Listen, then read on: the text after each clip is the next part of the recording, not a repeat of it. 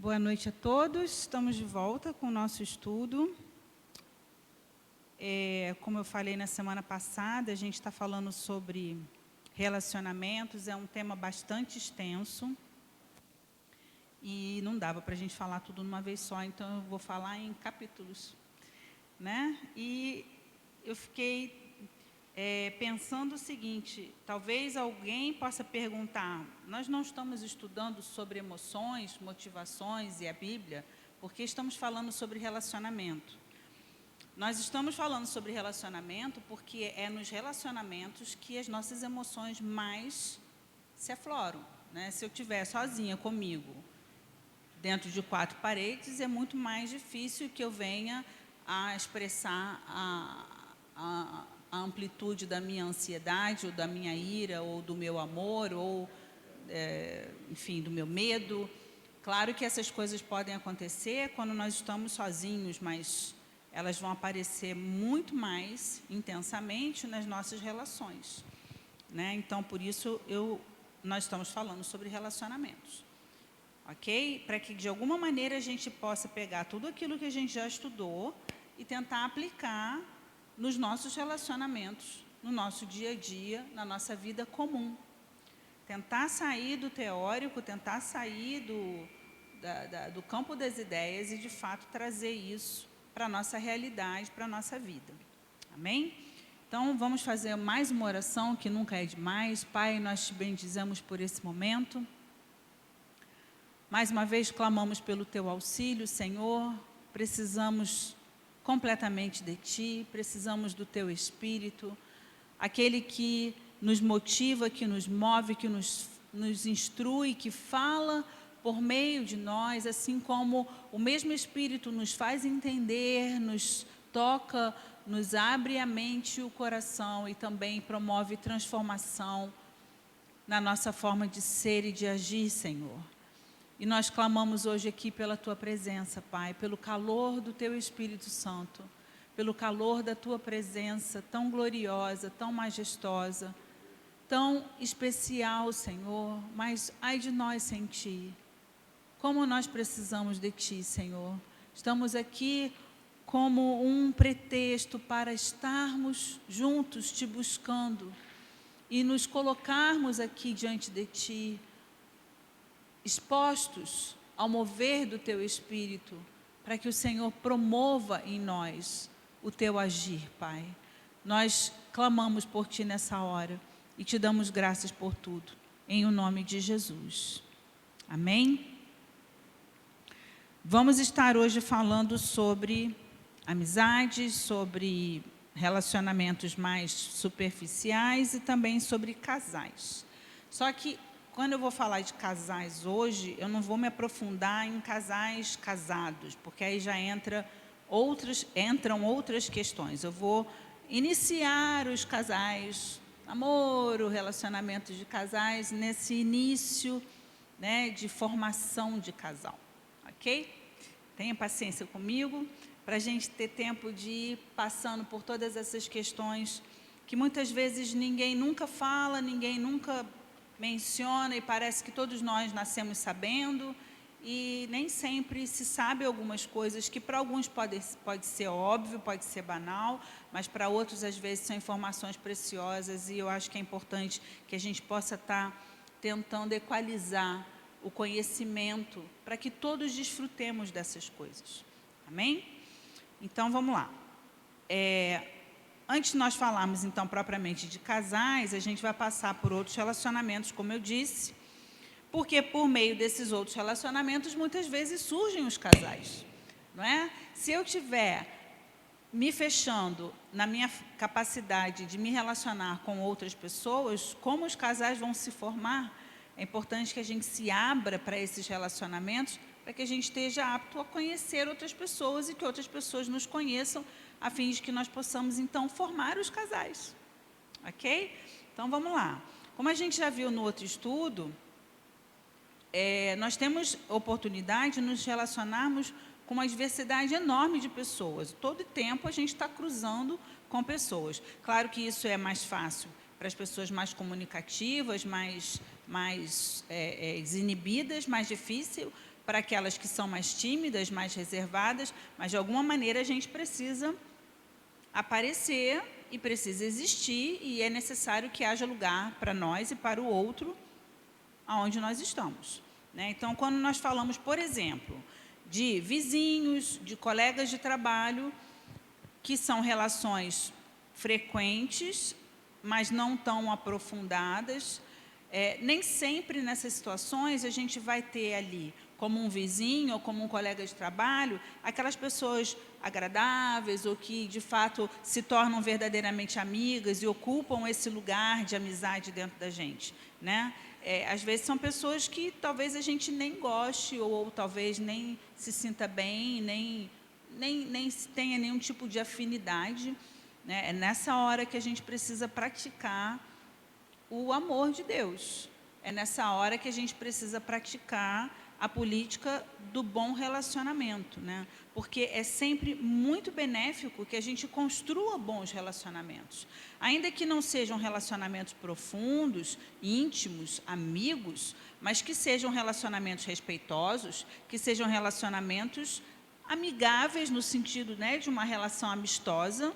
Não precisa ser íntimo, mas amigável, respeitoso, agradável de alguma forma. Então, para isso, é preciso que nós saibamos sempre,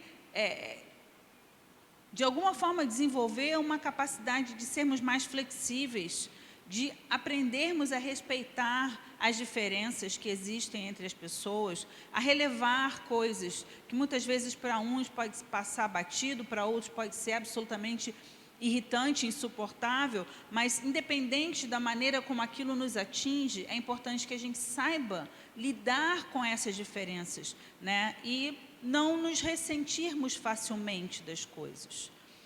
Como é bom que a gente que a gente desenvolva dentro da gente uma capacidade de não sermos tão facilmente feridos. E eu acho que é bom nesse momento pontuar, porque isso são coisas que a gente já falou nos estudos anteriores, quando a gente falou sobre os outros temas das emoções. É importante a gente pensar que a gente precisa desenvolver uma estrutura que nem ao mesmo tempo nos distancie defensivamente, exageradamente das pessoas, mas nem também nos permita estarmos tão vulneráveis, tão frágeis, e tão expostos a ponto das pessoas nos atingirem ou nos ferirem de uma forma tão direta. Uma coisa que eu acho que é muito importante da gente entender é que quanto mais a gente consegue distanciar um pouco, né, a questão do que é pessoal e do que não é diretamente pessoal. Porque muitas vezes as pessoas, por exemplo, elas estão aborrecidas, elas estão irritadas ou até mesmo agressivas, e elas falam coisas, elas agem de uma forma ruim, mas será que aquilo é algo realmente direcionado a mim? Será que aquelas palavras dizem respeito diretamente à minha pessoa? Ou ela está falando, às vezes, ainda que sendo para mim, problemas que são dela, que tem raízes nela e que ela talvez não esteja sabendo lidar com essas coisas. Eu sei que é difícil diferenciar isso, mas quando a gente consegue minimamente fazer essa distinção, isso torna mais fácil que a gente não se ofenda tanto, torna mais fácil que a gente não se sinta tão humilhado, ou tão rejeitado, ou tão desvalorizado de alguma forma. E nessa questão de valor é que muitas vezes permeiam as questões dos relacionamentos, porque se eu me sinto desvalorizado, seja pelo meu próprio olhar, ou seja pelo olhar do outro, é claro que isso vai criar uma grande barreira, um grande abismo entre as pessoas, e grandes feridas também, né? Então, nesse sentido, é importante que a gente sempre busque ser pessoas mais empáticas, que consigam se colocar um pouco no lugar do outro para entender um pouco a cabeça da pessoa, o que pode estar movendo ela a agir daquela maneira. É fundamental que nós sejamos humildes. A palavra de Deus, ela frisa isso, né? O Senhor Jesus nos fala, aprendei de mim, porque sou manso e humilde de coração, e assim achareis descanso para as vossas almas. De fato, essa humildade, essa mansidão, ela é algo que coopera para que a paz permaneça nos nossos corações. Porque quando nós somos arrogantes, quando nós somos egoístas, quando nós somos de alguma maneira invejosos, vaidosos, isso contribui muito para destruir ou para dificultar os relacionamentos. Então, criar uma postura empática, criar uma postura humilde, amorosa, mansa, de fato isso vai ajudar muito. E da mesma maneira, a gente ter esse olhar que também nos avalie o tanto que nós somos, às vezes, arrogantes, prepotentes, altivos, o tanto que muitas vezes somos invejosos ou até mesmo vaidosos, e o quanto que isso pode criar imensas dificuldades. Então, a gente também precisa se preocupar de gerenciar as nossas emoções, porque quando a gente é movido por elas, sem que elas estejam sendo gerenciadas ou detectadas, reconhecidas, de alguma maneira a gente passa a reagir ao invés de agir. É importante fazer essa distinção. A ação é algo que eu escolho fazer, é algo que eu faço voluntariamente. A reação é algo que eu faço impulsivamente ou até instintivamente. Então, o gerenciar as minhas emoções com toda certeza vai me livrar dessas atitudes mais reativas, mais impulsivas, que muitas vezes nos levam a erros, nos levam a injustiças, nos levam a julgamentos precipitados, ou ainda que nós tenhamos razão, nos levam a confrontos prejudiciais. E eu quero aproveitar essa palavra confronto para dizer uma coisa que eu acho que é muito importante. Confrontar ou discordar não é algo ruim. Ruim é brigar, ofender, magoar, romper, essas coisas são prejudiciais. Mas o confrontar não é algo ruim. É no confronto que as ideias vão ser colocadas sobre a mesa para que a gente possa discernir o que é bom e o que é ruim, o que é certo e o que é errado, o que pode, de alguma maneira, trazer benefício e o que pode trazer malefício. Se eu não for confrontado, se você não for confrontado, de alguma maneira, como que a gente vai se dar conta de que aquilo que eu faço automaticamente, sem nem perceber que não é legal e que incomoda as pessoas, como que eu vou me dar conta de que essas coisas não são boas? Então, o confronto, ele é necessário. E a Bíblia nos fala que nós devemos nos exortar mutuamente em amor.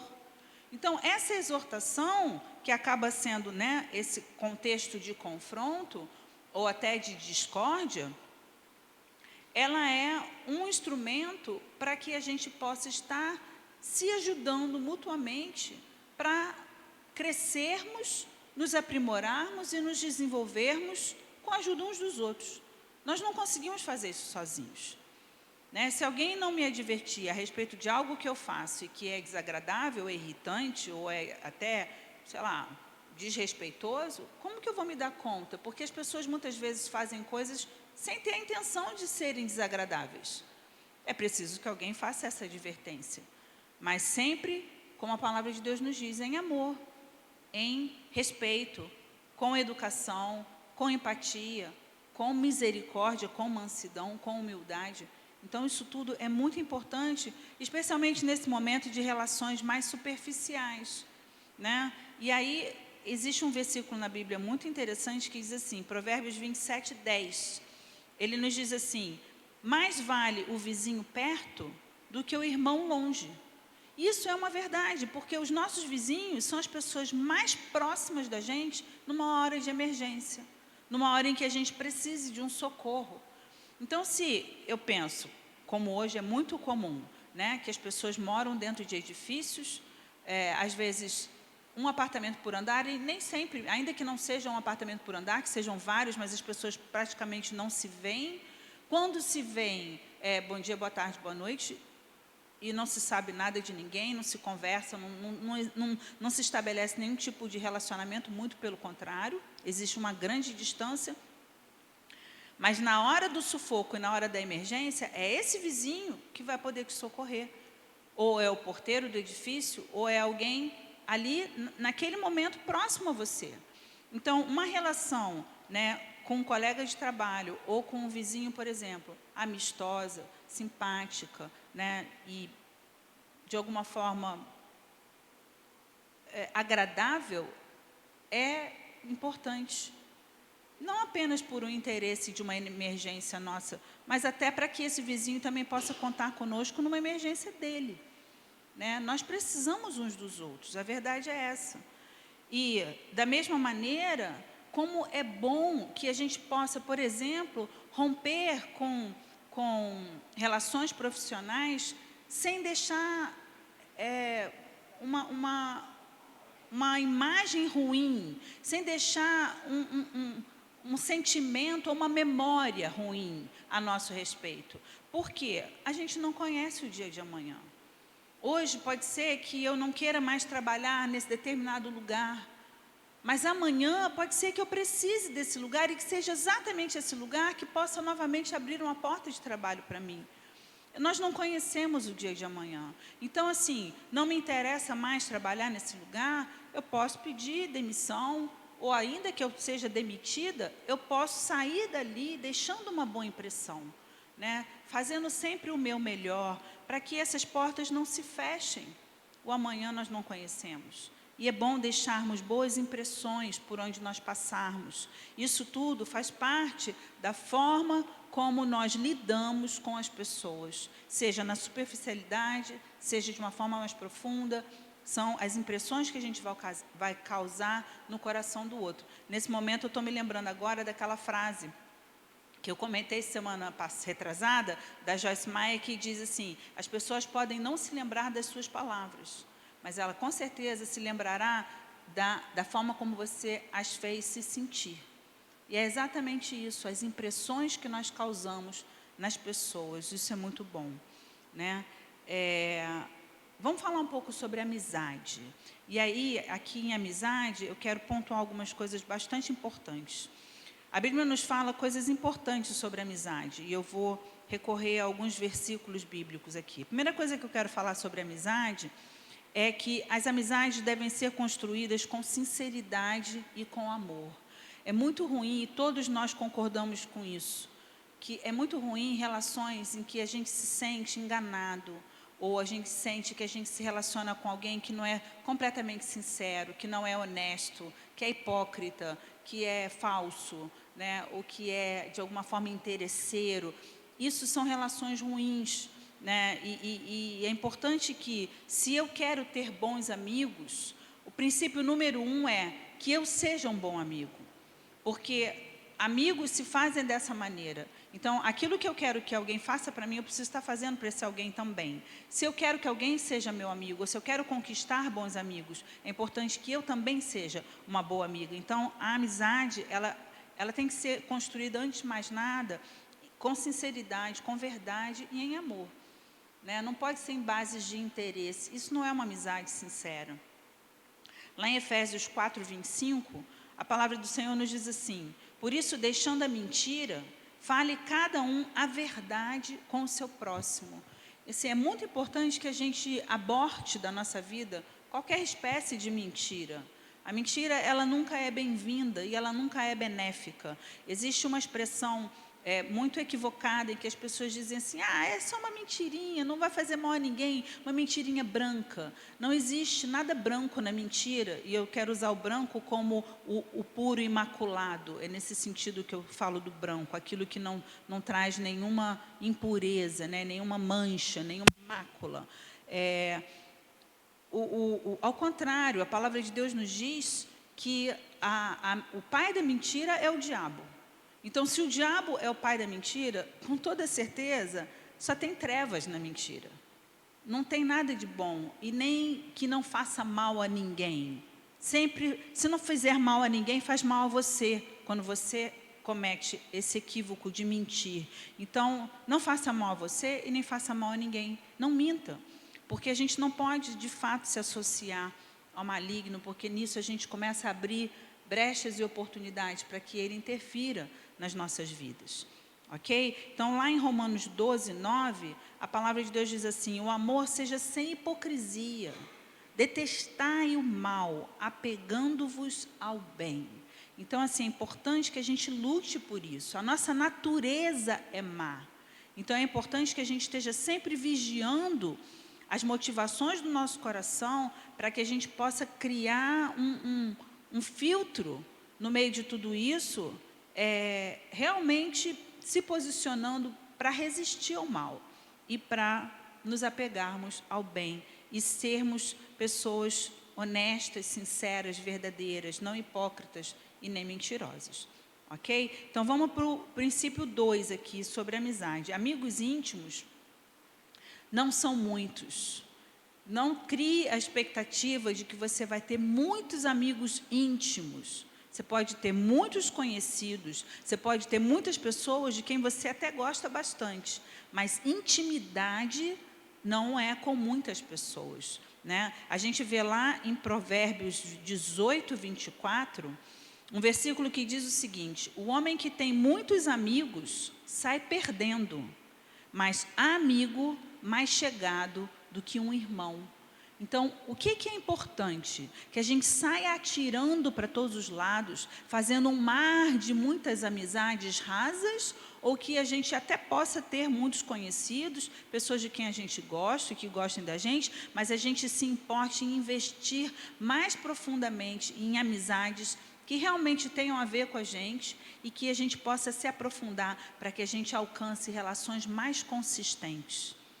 Porque o amigo na hora da felicidade, na hora da festa, isso aí a gente tem um monte. Agora, na hora da dor e na hora do sofrimento, quantos permanecem ao nosso lado? Então, é importante que a gente se preocupe de estabelecer amizades mais profundas. Porque aqui, como diz o versículo, há amigo mais chegado do que um irmão. Realmente, tem hora que a gente precisa de alguém que vá além de uma amizade, né? Que seja de fato como família. E que nos abrace, que nos sustente, que esteja ao nosso lado nas horas mais difíceis das nossas vidas. O Senhor Jesus, por exemplo, a gente vê claramente nas Escrituras que ele era seguido por multidões. Multidões que o aplaudiam, que o exaltavam, que o valorizavam, né, e que ficavam ali abismados, surpresos, extasiados diante de tanta conhecimento, de tanta sabedoria, de tanto poder, de tanta autoridade.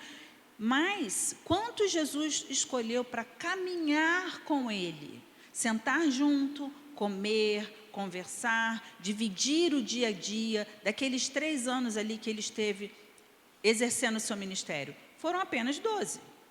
De uma multidão que o seguia, apenas 12 foram escolhidos para estarem ali íntimos, próximos dele. E desses 12, ele separou 3 que foram ainda mais chegados. Interessante a gente pensar nisso. Ele separou 12 para caminhar com ele. E ele separou desses 12, 3 para estarem em momentos especiais da vida de Jesus. Lá em Mateus 17, a partir do versículo 1, a palavra diz assim: 6 dias depois, tomou Jesus consigo a Pedro e aos irmãos Tiago e João e os levou em particular a um alto monte e foi transfigurado diante deles. O seu rosto resplandecia como o sol e as suas vestes tornaram-se brancas como a luz. Foram só 3 dos 12 discípulos que presenciaram essa cena extraordinária. Jesus escolheu esses 3 intencionalmente. Lá em Marcos 14, a partir do verso 32, a palavra do Senhor nos diz assim: então foram a um lugar chamado Getsêmani. Isso já no final do seu ministério, muito ali na hora, ali próximo à sua crucificação. Ali chegados, disse Jesus a seus discípulos: assentai-vos aqui enquanto eu vou orar. Ele colocou ali os 12, nos 12 não, porque Judas já estava lá junto com os sumos sacerdotes para preparar lá a equipe que vinha prender Jesus. Então, ele deixou ali os 11 sentadinhos, né, e pediu: assentai-vos aqui enquanto eu vou orar. E levando consigo a Pedro, Tiago e João, novamente os mesmos 3, começou a sentir-se, olha, levando consigo, ou seja, vocês fiquem aqui, e ele foi mais à frente. Há um outro versículo, num outro evangelho, que diz que ele foi à frente numa distância de um tiro de pedra. Então, ele foi à frente e, junto com ele, ele levou esses 3 mais íntimos. E aí a palavra de Deus diz, e começou a sentir-se tomado de pavor e angústia, e lhes disse, foi apenas para esses 3 que Jesus abriu a angústia mais terrível que ele sentiu em toda a sua vida. Ele disse para aqueles 3, a minha alma está profundamente triste até a morte. Ele poderia ter dito isso para os 11, mas ele não disse isso para os 11, ele disse isso para os 3. Ficai aqui e vigiai. E adiantando-se um pouco, prostrou-se em terra e orava, para que, se possível, lhe fosse poupada aquela hora. Então, ainda depois dos 3, ele ainda buscou um momento reservado, sozinho, na presença de Deus. Olha bem como é que o Senhor Jesus nos ensina coisas importantes, né? Não temos uma multidão de amigos, muitos conhecidos, mas poucos são os íntimos. Desses poucos íntimos, poucos são aqueles com quem a gente se abre de uma forma mais profunda. E ainda assim, há momentos em que nós vamos estar só com Deus. É necessário que também haja um momento em que eu esteja só diante de Deus, para que eu possa me rasgar plenamente, me derramar plenamente. Além desses discípulos, a Bíblia também mostra que Jesus era amigo da família de Lázaro. Lázaro, Marta e Maria eram pessoas próximas a ele também. E Lázaro é aquele a quem Jesus chamou de amigo. Lá em João 11:11, a palavra diz assim, nosso amigo Lázaro adormeceu, mas vou para despertá-lo. Nosso amigo, ou seja, ele se incluiu nessa amizade. Que privilégio de Lázaro, né? Ser chamado dessa maneira, mas eu quero que você se lembre também que Jesus também disse que nós somos seus amigos, quando fazemos a vontade do Pai. Amém? Nós também somos chamados de amigos do Senhor, quando somos obedientes à palavra de Deus. Glória a Deus por isso. Então, vamos para o terceiro ponto a respeito de amizade. Uma verdadeira amizade, ela é construída com bases na confiança, acolhimento e amor. E por que eu botei esses 3 pontos? Confiança, porque óbvio que ninguém vai querer se expor para alguém que vai desnudá-lo para outras pessoas. É fundamental a confiança. Eu saber que aquilo que eu conto para você, que é íntimo meu, talvez uma fragilidade, talvez uma dor, talvez até um defeito, um pecado, né? E que eu estou me abrindo, estou me desnudando. É óbvio que eu não quero que você saia compartilhando essa informação com outras pessoas. Se eu tiver que compartilhar essa informação com outras pessoas, eu vou escolher as pessoas para quem eu quero compartilhar, e não outras pessoas decidindo isso por mim. Não é verdade? Então, a gente precisa, antes de mais nada, sermos pessoas confiáveis, para que isso transmita segurança aos nossos amigos. E nós precisamos de amigos confiáveis pela mesma razão. Por que o acolhimento? Porque muitas vezes nós estamos conversando com as pessoas e às vezes até nos abrindo, nos expondo, e parece que as pessoas não conseguem captar aquilo que a gente precisa. Ou elas não conseguem perceber que aquele momento é um momento em que a gente está precisando ser abraçado, ser acolhido, ser ouvido e ter alguém que tenha atenção sobre a nossa vida. E o amor, então, é fundamental. Por quê? Porque sem o amor, como a gente se sente seguro? Né? É o amor que dissipa o medo, é o amor, o verdadeiro amor, que lança fora o medo e que nos conforta e de alguma maneira, traz valor à nossa vida. Todos nós precisamos desse sentimento de sermos amados e valorizados por alguém, pertencermos ao coração de alguém, né? Como isso é importante. E como é péssimo quando a gente busca um amigo para conversar e ele nunca tem tempo para a gente. Puxa, eu precisava tanto falar com você, só um minutinho, estou ocupado, depois eu te ligo, e aquilo vai passando, e essa pessoa nunca tem tempo para nos ouvir, para nos ajudar, para nos acolher. É péssimo quando isso acontece. Como é péssimo também quando a gente busca um amigo para conversar e essa pessoa só fala dela. Por exemplo, eu precisava falar tanto com você, olha, não sabe o que aconteceu, eu estou tão preocupada porque, sei lá, meu marido está doente, eu acho que ele está com Covid, eu acho que é uma situação grave, e eu estou ficando muito aflita. Nossa, eu também, olha, eu estou muito preocupada, porque eu também estou com uma pessoa da minha família com Covid. E aí a pessoa começa a falar dela, começa a falar dos problemas dela, e não que ela não possa falar, né? A troca é legal, mas é importante a gente perceber o tempo das coisas. Há momentos em que as pessoas chegam para nos buscar essa amizade, e elas estão tão carregadas de aflição, que elas quase poderiam dizer, nem precisa dizer, mas poderiam dizer, olha, me desculpe, eu sei que você tem os seus problemas, mas agora não me interessa nenhum deles, porque eu estou precisando que você me ajude. Talvez a gente precise dizer isso para alguém, será?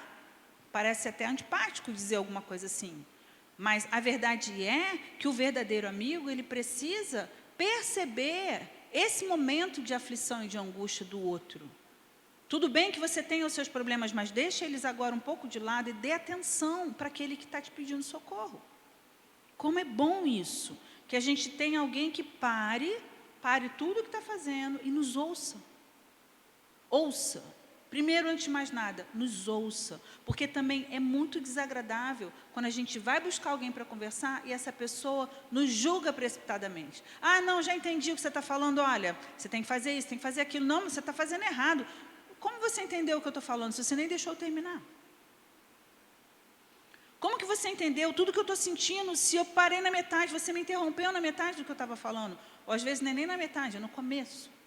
Então, assim, não podemos julgar precipitadamente aquilo que alguém está falando para a gente. Ouça tudo que a pessoa tem para dizer. No mínimo, ela precisa desabafar. No mínimo, ela quer botar aquilo tudo para fora. Ainda que você já saiba tudo aquilo. Deixa ela desabafar. Né? O vômito, ele serve para trazer o alívio. E muitas vezes essa fala, ela é uma espécie de vômito. A pessoa precisa botar aquilo para fora. E ela não pode botar aquilo para fora com qualquer pessoa. Ela precisa botar para fora com um amigo da sua confiança. Né? Então, esse é um princípio importante. Outro princípio importante, não tentar impor os seus conselhos. Faz dessa maneira. Resolva isso assim, assim, assado. Às vezes o conselho ele é até bom. Mas sabe qual é o problema? Ele é bom para mim, mas não é bom para o outro. Por quê? Porque o outro é diferente de mim. Talvez ele não saiba fazer daquela maneira que eu faria e que daria certo. Mas aquela pessoa não sou eu.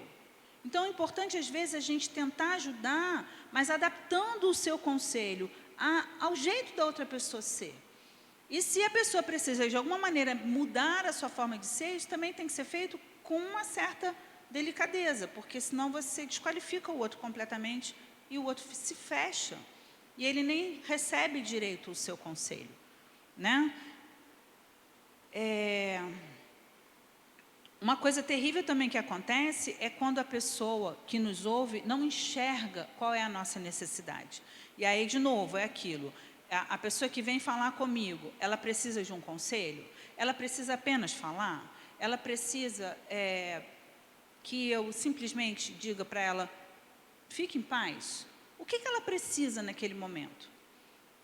Com toda certeza ela precisa de tempo, de atenção e de acolhimento. Mas o que mais ela precisa? É importante que a gente tente discernir isso, ao invés de meio que entubar alguma resposta rápida e achar que a gente já cumpriu o nosso dever de amigo, né? Então, e a outra coisa péssima que pode acontecer nessa relação de quando alguém vem buscar um amigo para conversar é aquele amigo que tem um bocão e que revela a nossa intimidade, comenta com os outros aquilo que a gente confidenciou a ele. Isso realmente é muito ruim. Muito, muito, muito ruim. Né? E a Bíblia fala algumas coisas a respeito disso. É muito importante que a gente saiba fechar a nossa boca, guardar com a gente as coisas que as pessoas confidenciam para a gente. Porque é muito desagradável que outras pessoas saibam, não por nosso intermédio, mas por intermédio de outros, coisas a nosso respeito. Por duas razões. Primeiro, porque às vezes eu não queria que outras pessoas soubessem. Segundo, porque se foi contado pela boca de terceiros, sempre vem uma distorçãozinha, ou um juízo a mais, ou uma impressão da outra pessoa. É óbvio, porque a outra pessoa não está dentro da gente. Ela ouviu parte do que a gente tinha para dizer, e ela reportou parte. Então, assim, tudo isso acaba tendo sempre uma distorção, exatamente igual aquela brincadeira do telefone sem fio. Você vai contando de um para o outro, de outro para o outro, quando chegar lá na ponta, a informação está totalmente truncada. Por quê? Porque as pessoas vão modificando, de fato, no meio do caminho, às vezes não intencionalmente, mas elas vão dando a sua visão, a sua interpretação pessoal das coisas, né? Isso promove distorções. Então, vamos ver lá em Jó, capítulo 6, versículo 14. A palavra diz assim: ao aflito deve o amigo mostrar compaixão, a menos que tenha abandonado o temor do Todo-Poderoso. Olha que coisa forte isso, né? E Jó sabia bem o que ele estava dizendo, porque ele foi ali socorrido pelos amigos dele, entre aspas, né? Os amigos tentando ajudá-lo, no final os amigos estavam massacrando ele, acusando ele, porque eles tinham que encontrar uma resposta. Quem disse que a gente sempre tem que ter uma resposta? Talvez a gente possa dizer para o outro assim: olha, eu não sei nem o que te dizer, mas vamos orar juntos, vamos clamar a Deus por uma direção, por uma resposta. Eu não sou obrigada a ter uma resposta para você e nem você para mim, mas é importante que a gente esteja junto se ajudando, não é? Então, ao aflito, deve o amigo mostrar compaixão, a menos que ele tenha abandonado o temor do Todo-Poderoso. Provérbios 17, 17. A palavra de Deus diz assim: todo tempo ama o amigo, na angústia se faz o irmão. É na hora do perrengue, daquela hora mais difícil, mais aflita, é que a gente descobre quem são os verdadeiros amigos que vão com a gente lá no fundo do poço para nos ajudar a sair de lá. Amém? Provérbios 15, 30. O olhar do amigo alegra o coração. As boas novas fortalecem até os ossos. Como isso é legal, como isso é importante. Um olhar amoroso, empático e receptivo de um amigo. Através de um olhar, a pessoa pode não abrir a boca, mas ela pode estar te dizendo: eu estou aqui com você. Eu estou aqui para te ajudar. Pode falar comigo, confie em mim, conte comigo. E as boas novas fortalecem os ossos. Sabe o que são as boas novas? É quando a pessoa está tão aflita, ela está tão desesperada, que trava e bloqueia completamente a mente dela, ela já não consegue nem raciocinar mais. Porque a aflição nos emburrece. Parece feio dizer isso, mas é uma verdade. No meio da aflição, a gente bloqueia o pensamento, e aí coisas óbvias já fogem da nossa mente. E aí o outro que está com a cabeça fria, que está mais tranquilo, ele vê a nossa aflição e ele pode nos trazer boas novas, boas soluções, informações, ou até palavras de Deus mesmo, que nos tragam ânimo àquele coração desesperado. O coração desesperado quer dizer que ele não tem mais esperança. Ele está sem esperança.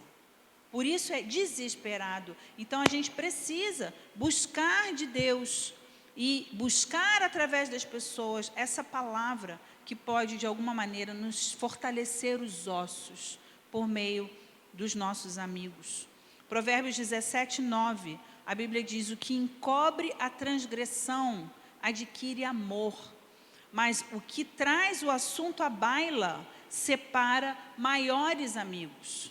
Ou seja, se você confidencia algo a alguém, se essa pessoa encobre a sua transgressão, encobrir não quer dizer passar a mão e dizer: tá bem, tá tranquilo, pode continuar fazendo tudo isso, não tem problema. Não é isso. O encobrir é não divulgar, é não espalhar, é não expor. É no sentido de você não revelar aquilo que alguém confidencia a você. Você pode instruir aquela pessoa a acertar o seu passo, se a gente estiver falando de transgressão, como é o caso aqui, né? O que encobre a transgressão. Mas você pode adverti-lo à correção, mas não precisa desnudá-lo. Então, o que encobre a transgressão adquire amor. Por que o amor? Um amor de gratidão por aquele que não foi exposto. Mas o que traz o assunto à baila separa maiores amigos. Imagina, se você sabe de alguém que fez alguma coisa com outra pessoa, e você vai lá e conta tudo. O que você está promovendo? Divisão, discórdia. Você está promovendo briga, você está promovendo confusão. E muitas vezes, grandes amizades foram quebradas por conta da interferência de uma fofoca, de um comentário maldoso, de um assunto revelado de uma forma inadequada. Isso realmente traz grandes problemas. Lá em Provérbios 16, 28, a palavra de Deus diz assim: o homem perverso espalha contendas. Ou seja, de alguma maneira ele vai criando intrigas e promovendo divisão entre as pessoas, confusão entre as pessoas. E o difamador separa os maiores amigos. De novo, uma forma de quebrar amizades, de quebrar relacionamentos, é através da difamação ou através de uma fofoca. E longe de nós que nós estejamos realmente sujeitos a essas coisas. Porque há um versículo em Provérbios, agora Provérbios ou Eclesiastes, estou na dúvida. Acho que é Provérbios. É Provérbios. Que a palavra de Deus diz assim: 6 coisas aborrecem ao Senhor. E a 7ª coisa, a sua alma abomina. E aí, o livro de Provérbios comenta quais são as 6 coisas que aborrecem ao Senhor, que agora realmente eu não sei de cabeça.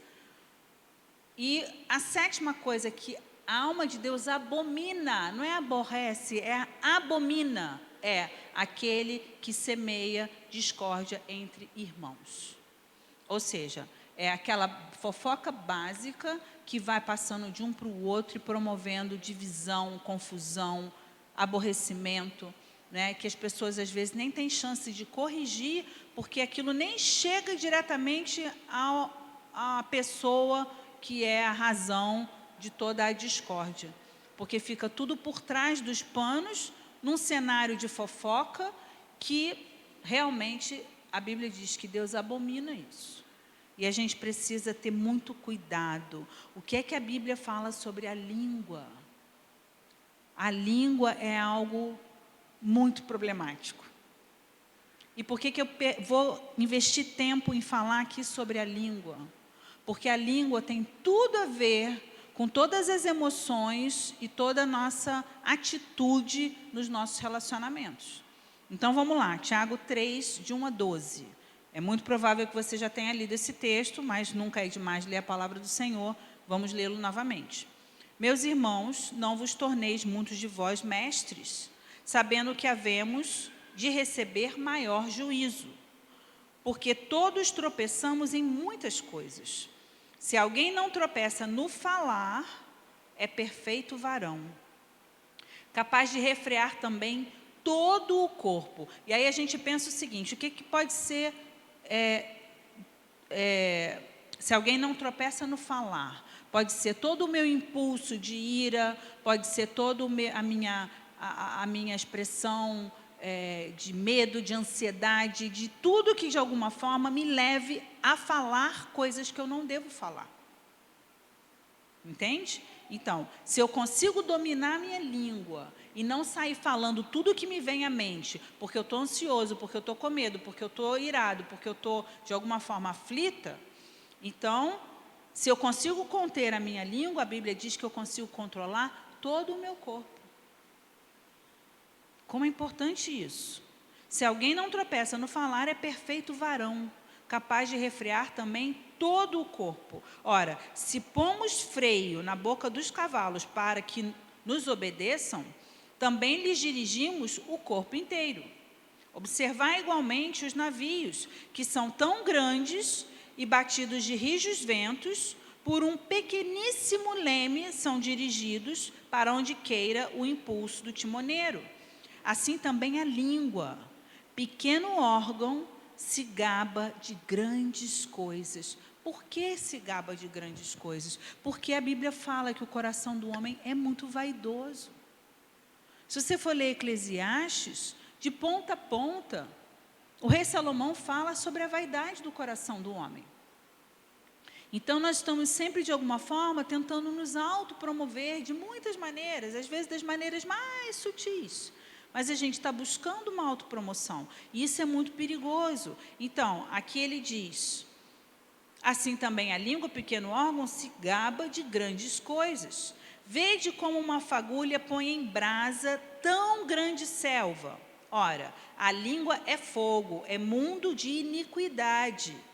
A língua está situada entre os membros do nosso corpo e contamina o corpo inteiro.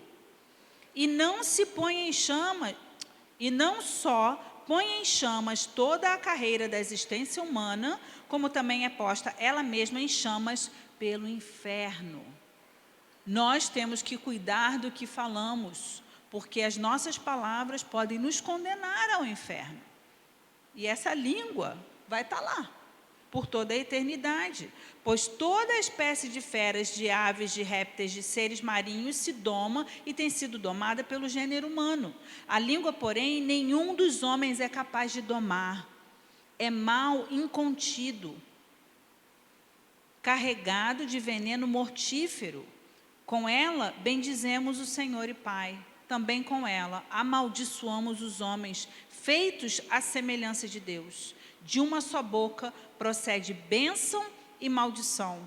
Meus irmãos, não é conveniente que essas coisas sejam assim. Acaso pode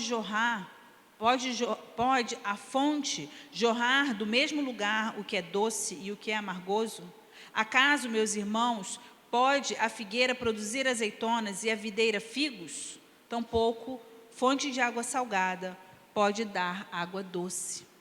Então, não sou eu que estou dizendo que a língua não se pode ser domada pelo homem, que ela é um mal incontido. É a palavra de Deus que diz isso. Então, como controlar essa língua que ninguém consegue controlar? Pela ação do Espírito Santo sobre as nossas vidas. É dessa maneira que nós conseguimos controlar a nossa língua e frearmos a nossa língua quando ela se correr para falar o que não deve, seja de que maneira for, ok? Então, nós precisamos investir em relacionamentos pessoais e cuidarmos de cada uma dessas coisas que nós abordamos aqui. Por quê? Porque amigos virtuais não nos abraçam e nem enxugam as nossas lágrimas. São aquelas pessoas que estão ali na nossa frente, que podem nos abraçar e podem enxugar as nossas lágrimas. Você pode ter 1 trilhão de amigos na internet, você pode ter 1 trilhão de seguidores, mas nenhum deles vai estar do seu lado, enxugando a sua lágrima ou te abraçando quando você estiver muito aflito. É preciso investir em relacionamentos pessoais. E eu vou dizer que uma das questões que nos levam hoje a termos tantos amigos virtuais e tão poucos amigos pessoais é porque os virtuais não têm atrito. Nós não temos choque, nós não temos confrontos com amigos virtuais. E, na prática, nós somos muito politicamente corretos na internet. Só que no dia a dia, as coisas não funcionam dessa forma, porque no dia a dia as coisas saem com mais espontaneidade. Aquilo que você grava, aquilo que você escreve, você tem a oportunidade de editar e reeditar muitas vezes. Mas o que você faz espontaneamente no seu dia a dia não tem reedição. É o que é, foi. E aí, como é que a gente faz? É importante que a gente trabalhe isso. A nossa espontaneidade, que ela gere boas coisas, que ela gere espontaneamente água doce e não água amargosa. Amém? Vamos falar um pouquinho sobre casal? Falarmos de casais, depois de nós falarmos de amigos, é muito mais fácil. Por quê? Porque bons casais são nada mais do que bons amigos. Os bons casais, antes de mais nada, são bons amigos. E a gente precisa criar vínculo de amizade com aquele que será o nosso cônjuge ou com aquele que de fato já é o nosso cônjuge, né? Eu vou falar um pouco aqui de casal, mas assim meio que focando no namoro, no início dessa relação, ok? Então, portanto, os princípios de amizade verdadeira, eles devem ser aplicados nos relacionamentos de casais. Tudo isso que a gente falou até agora. Mas então vamos falar de mais alguns princípios que aí são mais focados na questão de casal. Então, vamos lá. Se você deseja namorar alguém, o que você precisa se preocupar, né? Então, preocupe-se em gastar tempo orando por isso. Eu acho que esse é o primeiro passo. Porque ninguém precisa de feridas na sua alma, você concorda comigo? Namorar um, se quebrar, namorar o outro, quebra de novo, namora outro, novamente magoado, ferido, e aí você vai acumulando feridas, ninguém está precisando disso. A vida já é difícil bastante para nos promover feridas suficientes, a gente não precisa de mais feridas. Então, gaste tempo orando por aquele, né, que você vai conhecer, ou aquele que você já está namorando, enfim. Peça a Deus que te ajude a escolher a pessoa certa, que isso é uma coisa importante. Outra coisa, não se esconda, né? Por quê? Você quer namorar ou você quer brincar de pique-esconde? Se você quer namorar, você tem que se mostrar. Você tem que aparecer. Então, aquela pessoa que é muito tímida, que fica sempre atrás de tudo e de todos, e que nunca quer se revelar, ou que teme se revelar, essa pessoa passa muitas vezes desapercebida. Não é que a gente vai caminhar com uma melancia na cabeça e um colar de abacaxi no pescoço, não é isso. Mas eu também não posso ser invisível. Porque quem é invisível, o nome já diz, não será visto. Então é importante que de alguma maneira eu me deixe mostrar, eu apareça. Eu deixe que as pessoas conheçam a minha voz, conheçam meus pensamentos, conheçam valores, conheçam o meu jeito de ser, para que as pessoas possam, então, despertar interesse, né? É importante isso. E, da mesma maneira, você para o outro. Você precisa enxergar o outro. Você precisa ter uma fonte de atração ali para que você pare para prestar atenção em alguém, ok? Outro princípio importante. Não tente ser quem você não é para tentar agradar alguém. Isso é um dos erros mais horríveis que a gente pode cometer. Porque todas as vezes que a gente tenta ser o que a gente não é, das duas uma, ou a gente vai ser muito infeliz, porque a gente vai estar sempre fazendo um teatro, né? E montar esse cenário dessa peça o tempo inteiro, para que o cenário não se desmonte no meio do caminho, é cansativo demais. Então, a gente se desgasta muito ali e se sente infeliz, porque, na verdade, você acredita e vai acreditar que aquela pessoa ama uma ideia. Ele não ama você, ele ama a ideia que ele acha que você é. Por quê? Porque você tenta, de alguma forma, ser o que você acha que ele quer que você seja. E nem sempre a gente acerta. A gente acha que o outro quer que a gente seja uma coisa, o outro quer que a gente seja outra coisa, e, na verdade, nós somos uma terceira coisa. Então, olha que confusão no meio de tudo isso. Então, não tente ser quem você não é para agradar ninguém.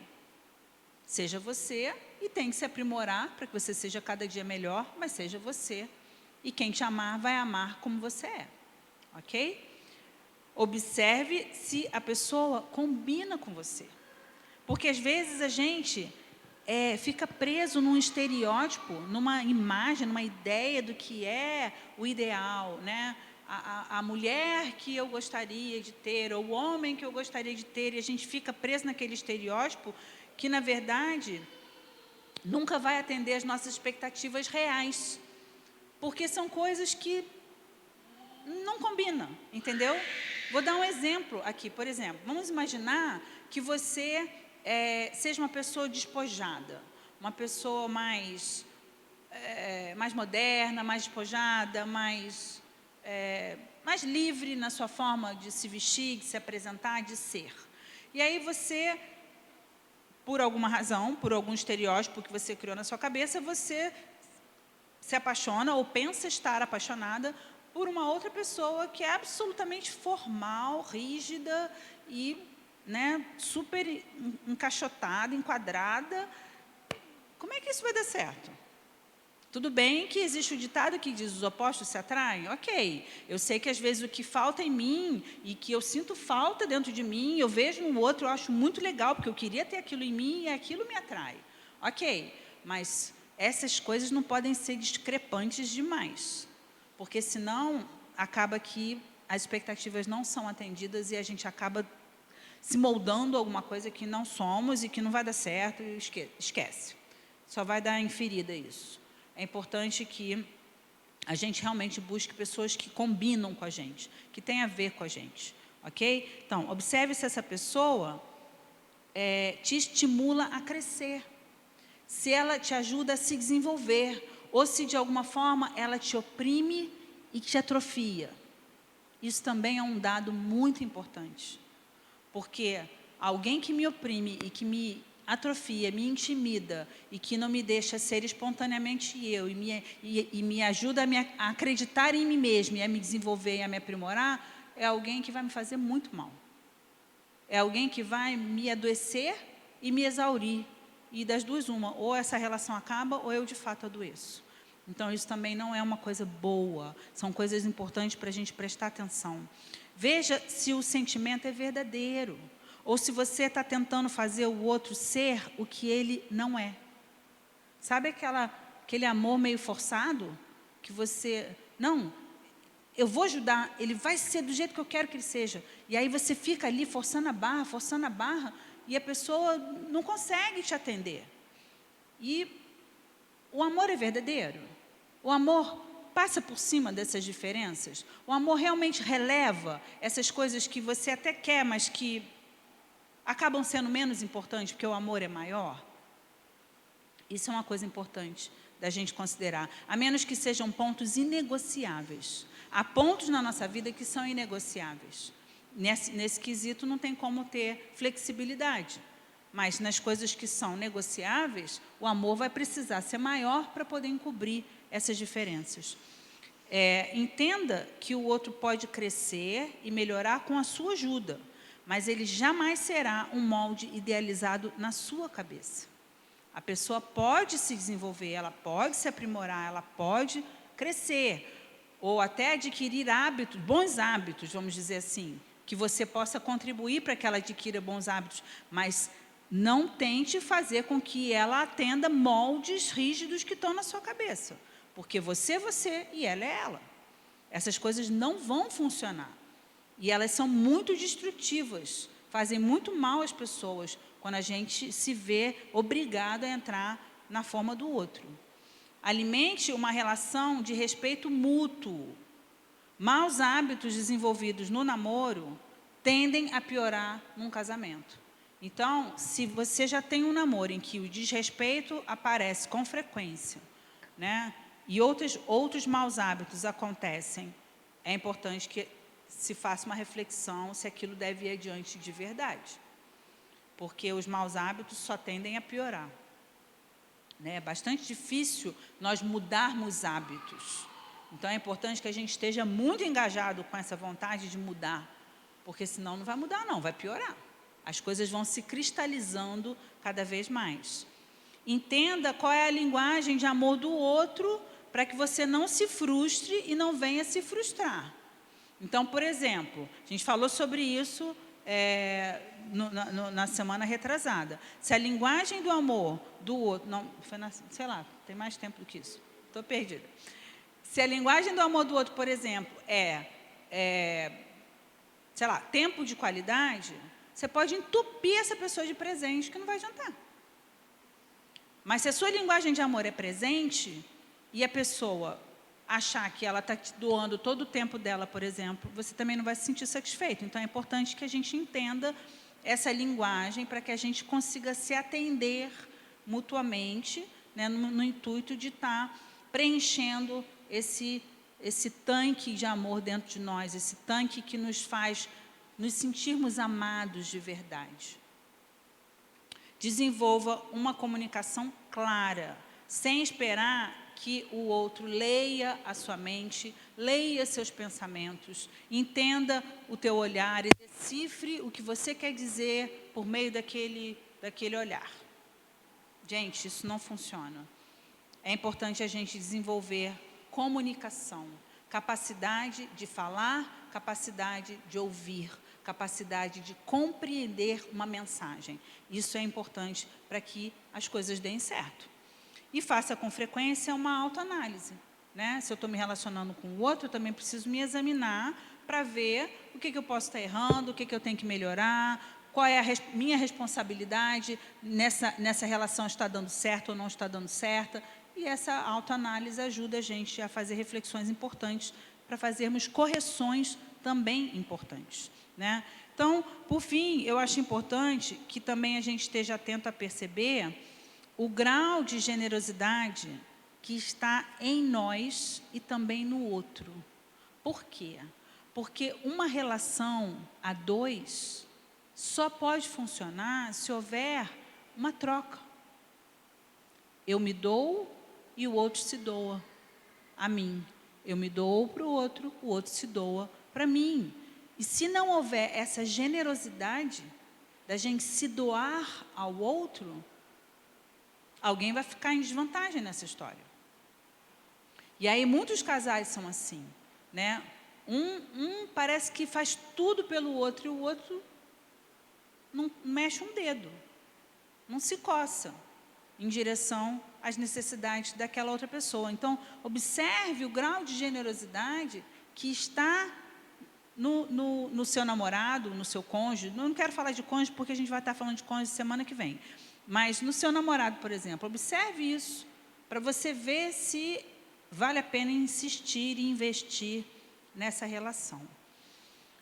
Para nós construirmos bons relacionamentos, a gente precisa estar disposto a se doar e não apenas receber. Isso aí é um fato, né? E para que estejamos dispostos a dar, nós não podemos estar com a nossa reserva de amor muito baixa. Porque senão é aquilo que a gente falou há 2 semanas atrás, essa reserva de amor muito baixa, como que a gente vai dar o que a gente não tem para dar? A gente só pode dar o que tem para dar.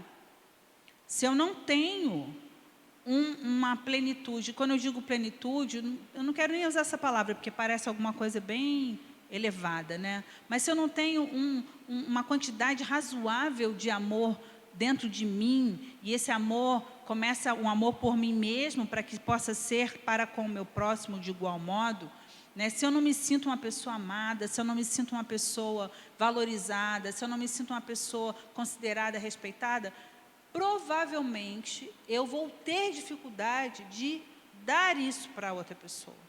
Exatamente pela minha sensação de necessidade, de carência. Eu me sinto tão carente que eu vou dar o quê? Né? É óbvio que, ainda que eu me sinta carente, sempre há algo para dar. Mas quanto mais a minha reserva estiver gordinha, cheinha, muito mais facilmente a gente consegue se doar, né? E dar generosamente de nós para os outros. Ok? Por isso, é fundamental que a gente construa um bom relacionamento em amor. Porque se não tiver esse fundamento amor, o casal fica ali muito esvaziado. Fica sabe aquele relacionamento seco, árido? E isso traz uma sensação de sede. Como se nós estivéssemos juntos, porém separados. É aquele casal que não se une, ele caminha em paralelo. E é muito comum que esse tipo de relação seja até uma relação competitiva, em que um fica tentando provar que é melhor do que o outro, que está sempre com a razão, que tem mais conhecimento, que sabe ser melhor, lidar melhor com as coisas. Isso é uma relação pobre, rasa, cansativa até, e solitária, muito solitária. Porque nós estamos caminhando paralelamente, mas nós não estamos caminhando juntos, né, de forma coesa, unida. Então, é fundamental que esse relacionamento seja construído em amor, um amor fundamentado em Deus, acima de todas as coisas, né? Por isso a importância da oração, para que essa relação esteja sendo nutrida também pela intervenção de Deus. Quando o Provérbios fala do cordão de 3 dobras, ele tem 3 dobras, porque sou eu, o outro, e o mover de Deus no nosso meio, a presença de Deus no meio, né? nesse trio. Como que é importante que Deus esteja permeando as relações.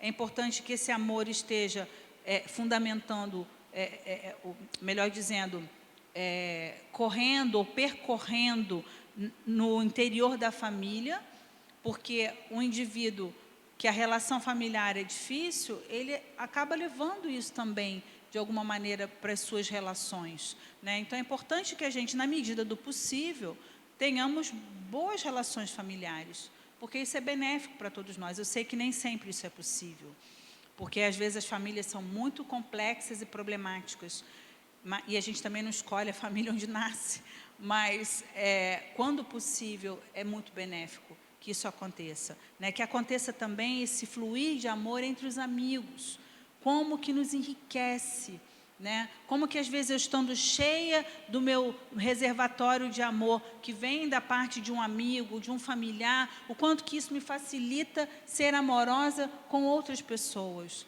né? Como esse contexto de amor é fundamental, numa relação de namoro, numa relação marital, tudo isso é fundamental. E, acima de tudo, com os irmãos da igreja. Então, o nosso relacionamento, todos os nossos relacionamentos, precisam ser fundamentados no amor. Ainda aqueles que são superficiais, são rasos, que são apenas conhecidos, por que não sermos amorosos? Por que não sermos gentis? Por que não sermos, de novo, mansos, humildes, flexíveis, empáticos? Tudo isso é bom, não é? Tanque cheio transborda com facilidade. Tanque vazio tem que se jogar lá dentro para tentar tirar alguma coisinha de lá. Então, vamos deixar o tanque cheio? Amém? Para que a gente possa estar transbordando desse amor que é tão precioso e tão fundamental na engrenagem dos nossos relacionamentos. Ele é exatamente como o óleo, né? A unção de amor que vai fazendo com que essa engrenagem se movimente de uma forma fluida, de uma forma leve, sem tantos ruídos, sem tantas questões emperradas, sem tantas interrupções. Ok? É isso. Eu queria compartilhar então isso com vocês. Na semana que vem, vamos continuar essa questão relacionamento, só que nós vamos estar falando especificamente de família. Amém? Semana que vem, então, relacionamentos, parte 3, família. Tá bom? Eu espero vocês até lá, mas antes nós vamos estar orando para a gente poder encerrar a nossa reunião. Pai, nos colocamos diante de Ti nessa noite. E apresentamos, Senhor Jesus, juntamente com as nossas vidas, todos os nossos relacionamentos, Senhor. Em especial, como nós falamos hoje, os nossos amigos, ou a nossa relação de casal, seja com o namorado, até mesmo com o cônjuge. Nós queremos Te pedir, Senhor, vem com esse amor, vem com essa capacidade, Senhor, de discernirmos as coisas. Primeiro, discernirmos quem as pessoas são. Segundo, Senhor, discernirmos quem nós somos também no meio de tudo isso e sabermos lidar com todas essas questões que comentamos aqui, Pai. Coisas às vezes tão sutis e que passam tão rapidamente diante dos nossos olhos, que parece até difícil serem identificadas. Mas eu te peço que o Senhor nos ajude a identificar todas essas coisas, para que possamos ter oportunidade de fazermos correções, de fazermos ajustes, para que os nossos relacionamentos sejam melhores, Senhor. E por meio de melhores relacionamentos, nos sintamos mais felizes, mais plenos, mais cheios, porque a Tua palavra diz com tanta clareza, Pai, Tu não fizeste o homem para que ele andasse só. O Senhor nos fez para estarmos em comunidade, em sociedade. O Senhor nos fez para estarmos juntos, compartilhando a vida com outras pessoas. Então, Senhor, nós Te pedimos, ajuda-nos. Dá-nos olhos que vejam aonde temos falhado, aonde temos sido reativos, aonde cabe a nós a responsabilidade de correções e aonde cabe ao outro, que também possamos distinguir o que é meu, o que é do outro, o que é a minha responsabilidade, o que é a responsabilidade do outro, para que também ninguém esteja sobrecarregado, Senhor, trazendo a culpa da humanidade sobre si, quando na verdade somos responsáveis por nós, pelas nossas escolhas, pelas nossas decisões, por quem queremos ser ou decidimos ser. Então, Senhor Jesus, ajuda-nos em todas essas coisas, porque nós queremos construir bons relacionamentos, Senhor, e queremos nos aprofundar em alguns relacionamentos que sejam aqueles irmãos próximos que nos ajudam nas nossas adversidades, que nos ajudem nas nossas adversidades, ou aquele cônjuge, ou aquele namorado, se a pessoa ainda não casou, que verdadeiramente se faz ali próximo, que se faz um ombro que sustenta, um braço que apoia. Senhor, ajuda-nos. Nesse mundo, Senhor, com tantas relações frias, descompromissadas, as pessoas verdadeiramente têm se dedicado a terem muitas amizades via internet. É mais seguro, mas em compensação é absolutamente solitário. Então, Senhor, ajuda-nos. Ajuda-nos a fazermos boas amizades, a construirmos boas relações. É o que nós te pedimos, Pai, pela Tua graça, pelo mover do Teu Espírito nas nossas vidas. E em falando do Teu Espírito, nós pedimos, ajuda-nos a controlarmos a nossa língua, para que ela seja boa, para falarmos palavras que edifiquem, e não palavras que firam ou que tragam males. Ajuda-nos, Senhor. Nós te pedimos, nos rendemos a Ti, em o nome de Jesus. Agora também te pedimos, Pai, leva-nos em paz e em segurança, de volta aos nossos lares. Que a graça do Senhor Jesus, o amor de Deus Pai, a comunhão com o Teu Espírito Santo, sejam com todos nós e com todo o Teu povo espalhado pela terra, hoje e para sempre, em o nome de Jesus. Amém, Senhor.